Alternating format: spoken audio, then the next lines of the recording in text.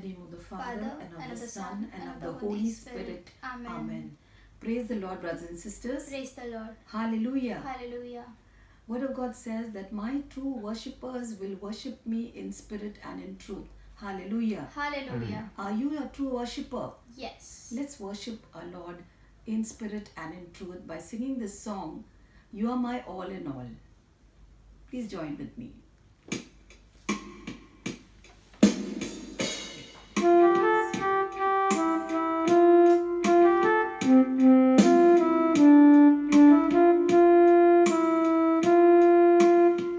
You are my strength. You are my strength when I am weak. You are the pleasure that I see. You are my all in all.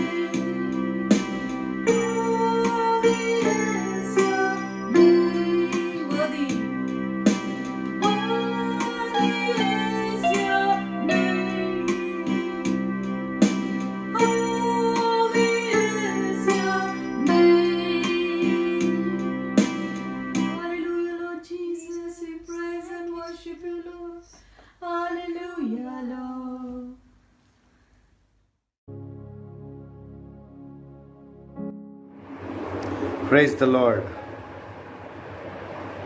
Brothers and sisters, I welcome you in the precious name of our Lord Jesus Christ. We are today reflecting on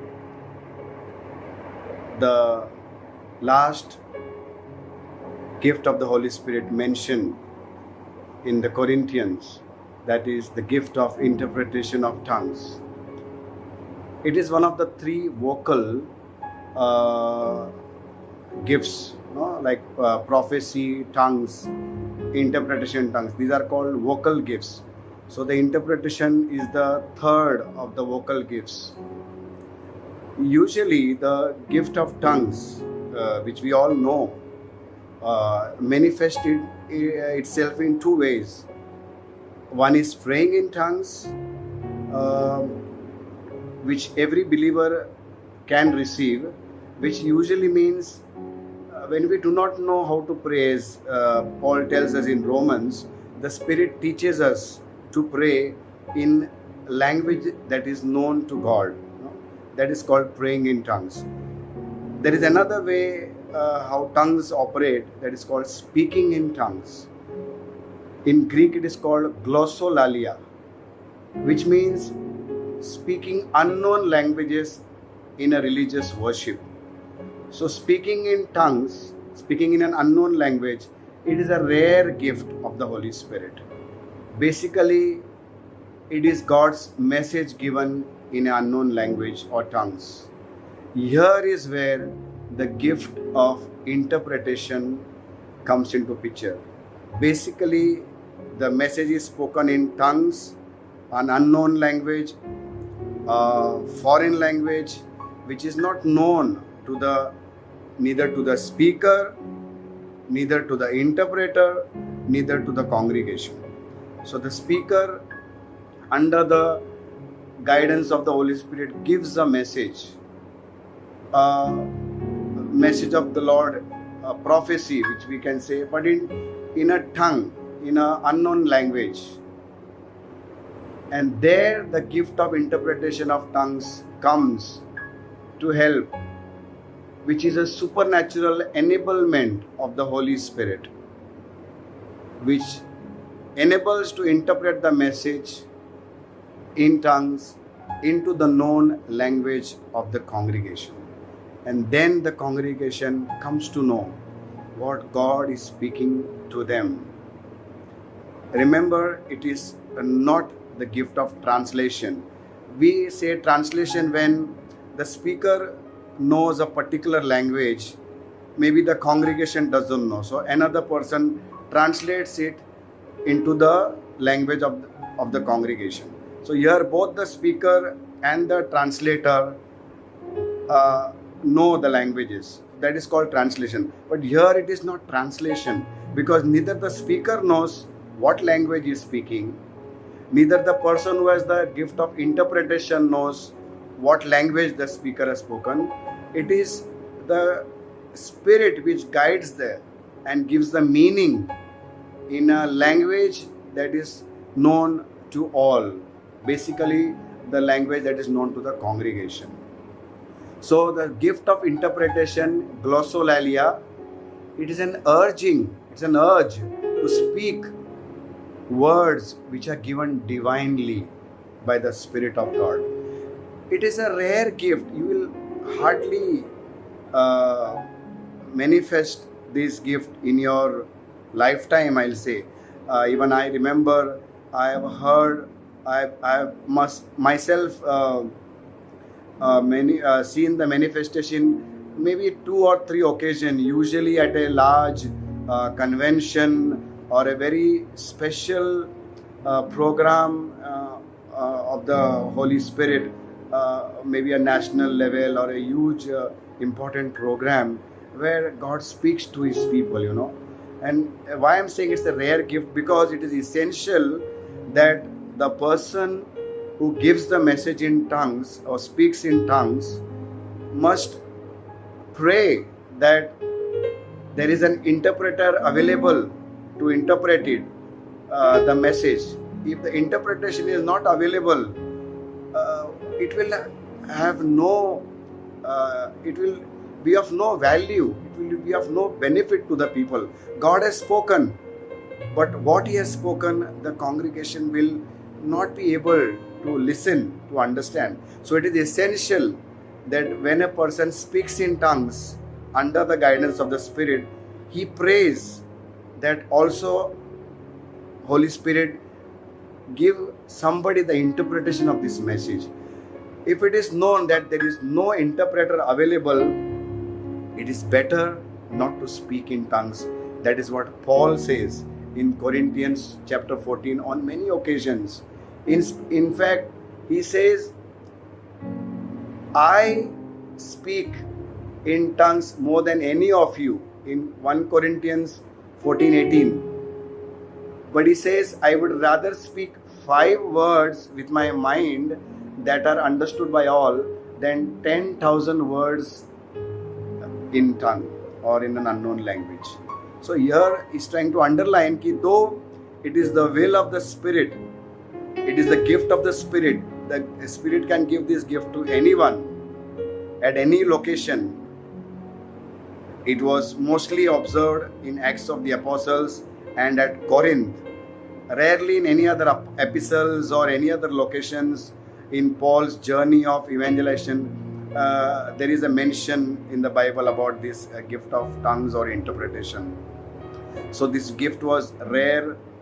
Mostly it was for the unbelievers to believe, to have faith in the preaching, to have faith in the living God. That's why tongue was more powerfully manifested by the Spirit in those days. It doesn't mean that today in our presence or in our times or in our prayer meetings or in our congregations or in our conventions, there will be no manifestation of speaking in tongues or interpretation in tongues. It is the will of God according to His purpose. But what we need to know is that it is a powerful tool of the Holy Spirit to speak God's word in a message unknown, a prophecy especially, and it is equally important that the Holy Spirit gives another person the gift of interpreting that message, that prophecy of the Lord into the language that is known to the congregation present there. 1 Corinthians 14:4 tells us, he that speaks in an unknown tongue edifies himself, but he that prophesies edifies the whole church. Again, tongue unknown. Interpretation, we are not very sure. It happened in one of the conventions in Germany when the choir, after conducting the worship, one of the worship members spoke in tongues, the prophecy. And immediately another member of the choir gave the interpretation of the prophecy that came in tongues into the language that was known to the congregation. After the worship was over, the preacher came and asked the choir master, do the person who spoke in tongues knew the language Hebrew? The choir master said no. Okay, did the person who interpreted the message knew it in Hebrew? Knew any Hebrew language? Again the choir master said no, they are not from that region, they do not know. And then the preacher said, I know Hebrew language precisely, and the prophecy that was spoken in tongues was a high level Hebrew, and it was so beautifully interpreted. So here you can see, brothers and sisters, neither the person who spoke in tongues, neither the interpreter, neither of them knew that language. But the God's prophecy came in that particular tongue at that occasion, and it was interpreted into the language that was known to the congregation. Another important aspect we should know is the timing. No? Another convention, it is a real story. It said a preacher was preaching the gospel, the good news, and suddenly a lady got up and spoke in tongues. There was a pause for some time, and the preacher waited if there is any interpretation. Seeing that nobody has interpreted, he simply asked the lady to sit down and he continued with the preaching. Maybe there was an interpreter or no, we do not know. Maybe the interpreter did not have the boldness to speak, or he was not aware or sensitive. So it is possible that the interpreter is available and she may not still speak, or it is also possible that there is no interpreter. So there has to be an order in the congregation. Finally, brothers and sisters, 1 Corinthians 13 tells us, if I speak in tongue of mortals and of angels, but do not have love, I am a noisy gong or a clanging cymbal. Prophecies will come to an end. Tongues may cease, but love never ends. So finally, what matters is the love in our heart, the love for the Lord, the love for His people, the purpose of the gift. The gift, unless it is spoken in a language and of use to the congregation, it is not really a gift. It doesn't fulfills the purpose of being a gift. So the gift of interpretation is important whenever there is a prophecy is spoken in tongues, so that God's people know the message of love from the Lord. And finally, love matters in operating of any gift. So brothers and sisters, I pray that each one of us may be gifted by the Holy Spirit according to His will. He may use us according to His will. But let us have love in our hearts as the primary motive to serve the Lord, to build His church, to spread the gospel, and let love remain in our hearts and let love speak for us. God bless you. Thank you.